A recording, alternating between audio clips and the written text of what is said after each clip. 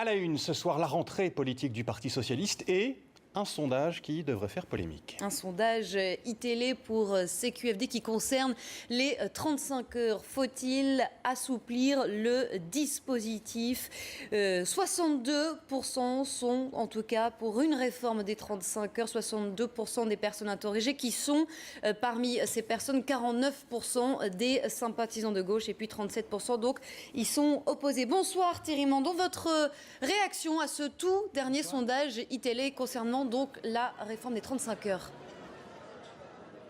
Mais à une question comme celle-là, faut-il assouplir? Les Français répondent forcément oui.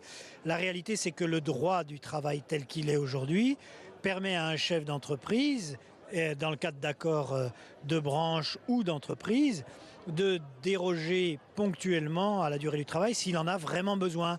Mais je crois que le problème du chômage n'est pas lié aux 35 heures. Le problème du chômage est d'abord lié à une insuffisance de croissance. Et ce n'est pas une réforme des 35 heures qui changera quoi que ce soit à ce problème-là.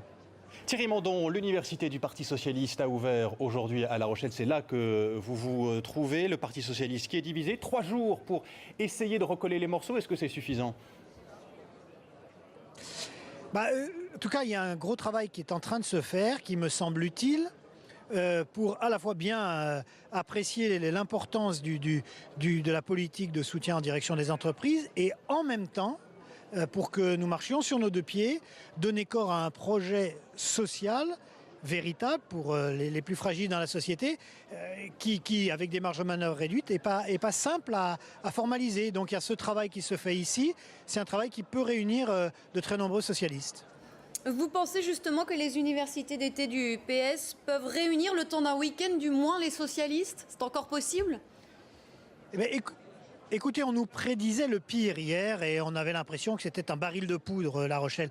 La réalité, on va le voir au fur et à mesure du déroulement de cette université, c'est que d'abord c'est une université qui est grave parce que la situation économique et sociale, c'est très concret pour tous les gens qui viennent de tous les territoires de France ici et qu'il y a une recherche collective de solutions innovantes sur le plan économique, mais aussi, j'insiste beaucoup, ça m'a marqué, sur le plan social. Et je pense que c'est ça qu'on attend du parti majoritaire et des militants du parti majoritaire, qu'ils soient conscients de la situation du pays, qu'ils cherchent à le redresser et en même temps à faciliter la vie des plus fragiles des Français. Dernière question, Thierry Mandon. Cécile Duflot a jugé inouï tout à l'heure l'abandon de l'encadrement des loyers. C'est Manuel Valls qui l'a annoncé. On va en parler d'ailleurs dans quelques instants sur iTélé. Est-ce que vous aussi, vous jugez inouï cet abandon ?